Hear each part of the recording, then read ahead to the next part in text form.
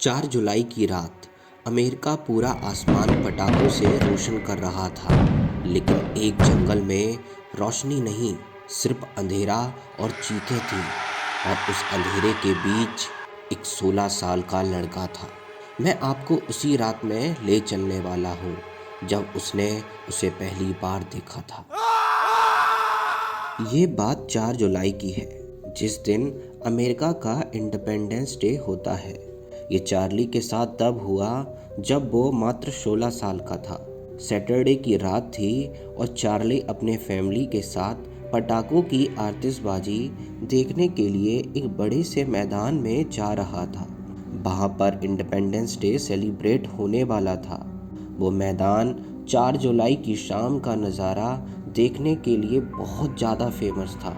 Charlie की family लगभग 8 बजे तक वहाँ पहुँच गई थी और आतिशबाजी रात 9 बजे से शुरू होने वाली थी, जिसका मतलब ये था कि चार्ली 1 घंटे के लिए जो चाहे वो कर सकता था।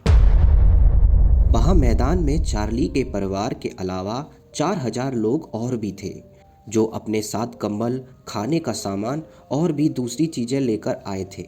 बच्चे यहाँ वहाँ खेल रहे थे और वो बहुत खुश थे। वहाँ बहुत भीड़ थी और चार्ली खो ना जाए तो इसीलिए उसने अपने पेरेंट्स के ही पास रहना था। तभी उसकी माँ ने कहा कि तुम लोग खेलने जा सकते हो, लेकिन शो शुरू होने के 10 मिनट पहले ही वापस आ जाना।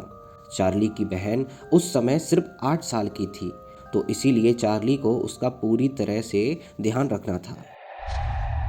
वो दोनों घूमते घूमते इतनी दूर आ चुके थे कि वहाँ उन्हें लोग दिखाई ही नहीं दे रहे थे। उन्हें लगा कि जैसे वो किसी प्राइवेट प्रॉपर्टी में आ गए हो कि तभी उन्हें पेड़ों के बीच से जाता हुआ एक रास्ता दिखाई दिया, जिससे उनको पता चला कि वो दोनों एक नेशनल पार्क के नज़दीक आ गए हैं। शो शुरू होने में अब भी आधा घंटा था और उन्होंने सोचा कि ऐसे में क्यों ना उस रास्ते पर थोड़ा घूम लिया जाए।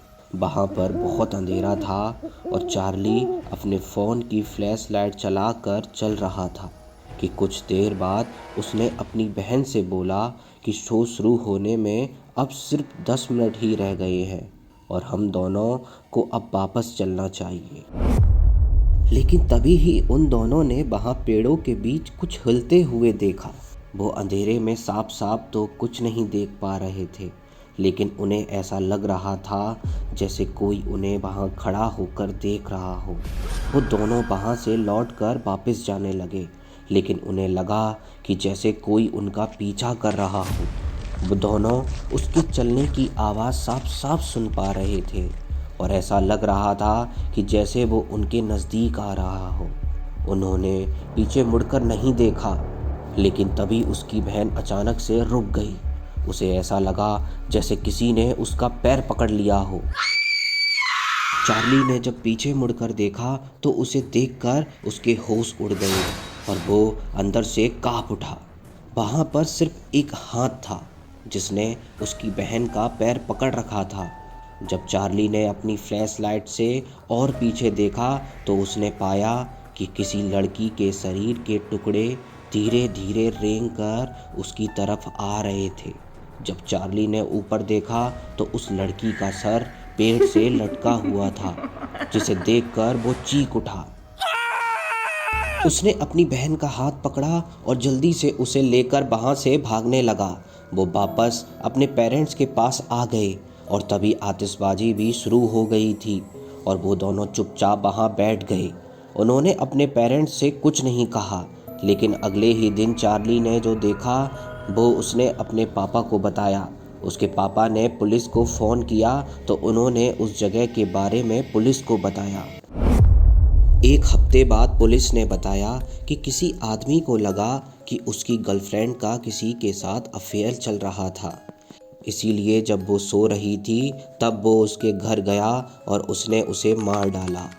उसने उसके टुकड़े टुकड़े कर दिए और उन सभी टुकड़ों को उस जंगल में छोड़ आया। चार्ली को ये बात उसकी माँ ने कई साल बाद बताई, जिसे सुनकर वो सुन्न पड़ गया। आपको क्या लगता है कमेंट में ज़रूर बताइए और अगर आपको ये कहानी क्रीपी लगी तो वीडियो को लाइक ज़रूर कर देना।